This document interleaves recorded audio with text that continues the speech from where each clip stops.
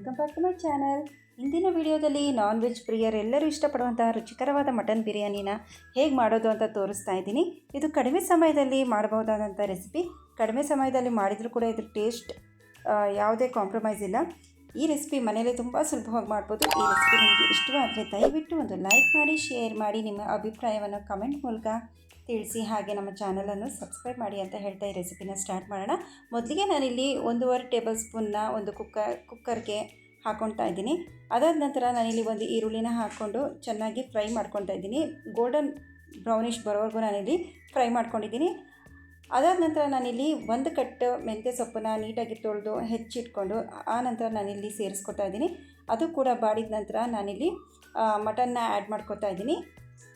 ಅದಕ್ಕೆ ಸ್ವಲ್ಪ ಉಪ್ಪು, ಅರಿಶಿನ ಹಾಕ್ಕೊಂಡು ವಿತೌಟ್ ವಾಟರ್ ನಾವು ಇದನ್ನು ಚೆನ್ನಾಗಿ ಬೇಯಿಸ್ಕೋಬೇಕು. ಹಾಗೆ ನೀರನ್ನು ಆ್ಯಡ್ ಮಾಡ್ದಲ್ಲೇ ನಾನಿಲ್ಲಿ 2 ವಿಷಲ್ನ ಕೂಗಿಸ್ಕೊಂಡಿದ್ದೀನಿ. ಆಮೇಲೆ ನಾನಿಲ್ಲಿ ಮಸಾಲೆಗೆ 1 ಮುಷ್ಟಿಯಷ್ಟು ಕೊತ್ತಂಬರಿ ಸೊಪ್ಪು, ಹಾಗೆಯೇ ಒಂದು 3 ಇಂಚು ಚಕ್ಕೆ, ಅಲ್ಲಿಗೆ 3 ಪೀಸ್ ಚಕ್ಕೆ, ಹಾಗೆ ಒಂದು 5ರಿಂದ 6 ಲವಂಗ, ಒಂದು 10ರಿಂದ 11 ಕಾಳುಮೆಣಸು. ಇಲ್ಲಿ ನಂದಿಲ್ಲಿ ಹಸಿರು ಮೆಣಸಿನ್ಕಾಯಿ ತುಂಬಾ ಖಾರ ಇದೆ, ಹಾಗಾಗಿ ನಾನಿಲ್ಲಿ ಒಂದು 5ರಿಂದ 6 ಹಸಿರು ಮೆಣಸಿನ್ಕಾಯಿ ತೊಗೊಂಡಿದ್ದೀನಿ. ಹಾಗೆಯೇ ಒಂದು ಗೆಡ್ಡೆ ಬೆಳ್ಳುಳ್ಳಿ, ಇಲ್ಲಿ ಸ್ವಲ್ಪ ಶುಂಠಿ ತೊಗೊಂಡಿದ್ದೀನಿ, 1 ಇಂಚು ಶುಂಠಿ 2 ಪೀಸ್ ತೊಗೊಂಡು ಇದನ್ನು ಗ್ರೈಂಡ್ ಮಾಡ್ಕೊತಾ ಇದ್ದೀನಿ. ಸ್ವಲ್ಪ ವಾಟರ್ನ ಆ್ಯಡ್ ಮಾಡ್ಕೊಂಡು ಗ್ರೈಂಡ್ ಮಾಡ್ಕೊಂಡಿದ್ದು ಮಸಾಲೆ ಆದಮೇಲೆ ನಾನಿಲ್ಲಿ ಮಟನ್ನು ಕೂಡ 2 ವಿಷಲ್ ಇಲ್ಲಿ ಕೂಗಿದೆ, 2ರಿಂದ 3 ವಿಷಲ್ ಕೂಗಿಸ್ಕೊಂಡಿದ್ದೀನಿ. ಇಲ್ಲಿ ಕುಕ್ಕರ್ಗೆ ನಾನಿಲ್ಲಿ 3ರಿಂದ 4 ಟೇಬಲ್ ಸ್ಪೂನ್ ಆಯಿಲ್ ಹಾಕ್ಕೊಂಡು ಇಲ್ಲಿ ಸ್ವಲ್ಪ 1 ಇಂಚ್ ಚಕ್ಕೆ, ಹಾಗೆಯೇ ಒಂದು 4 ಲವಂಗ, 1 ಗೆಡ್ಡೆ ಈರುಳ್ಳಿನ ಹಾಕ್ಕೊಂಡು ಚೆನ್ನಾಗಿ ಫ್ರೈ ಮಾಡ್ಕೊತಾ ಇದ್ದೀನಿ. ಇಲ್ಲಿ ನಾನು ಬಿರಿಯಾನಿ ಮಾಡ್ತಾ ಇರೋದು ಇಲ್ಲಿ 5 ಜನಕ್ಕೆ ಆಗೋಷ್ಟು ಮಾಡ್ತಾಯಿದ್ದೀನಿ. ಇಲ್ಲಿ ಮಟನ್ನ ನಾನಿಲ್ಲಿ ಒಂದು ಮುಕ್ಕಾಲು ಕೆ ಜಿ ಮಟನ್ನ ತೊಗೊಂಡಿದ್ದೀನಿ ನಾನಿಲ್ಲಿ ಬಿರಿಯಾನಿಗೆ.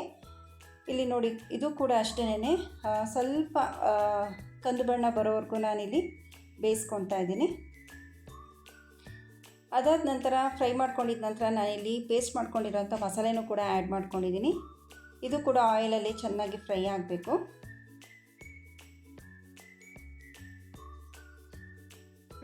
ನೋಡಿ, ಇದು ಆಗ್ತಾ ಇದೆ, ಇವಾಗ ಫ್ರೈ ಆಗ್ತಾ ಇದೆ. ಚೆನ್ನಾಗಿ ಇದನ್ನು ಬಾಡಿಸ್ಬೇಕು.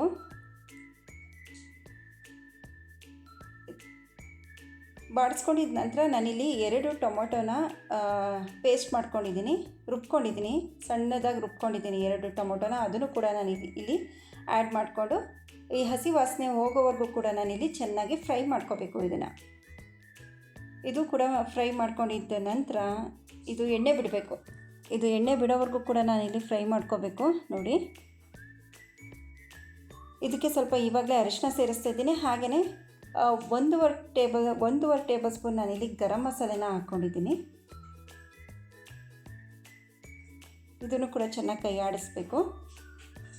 ಇದು ಎಣ್ಣೆ ಬಿಡೋವರೆಗೂ ಕೂಡ ನಾವು ಇದನ್ನು ಮಿಕ್ಸ್ ಮಾಡ್ಕೋಬೇಕಾಗುತ್ತೆ.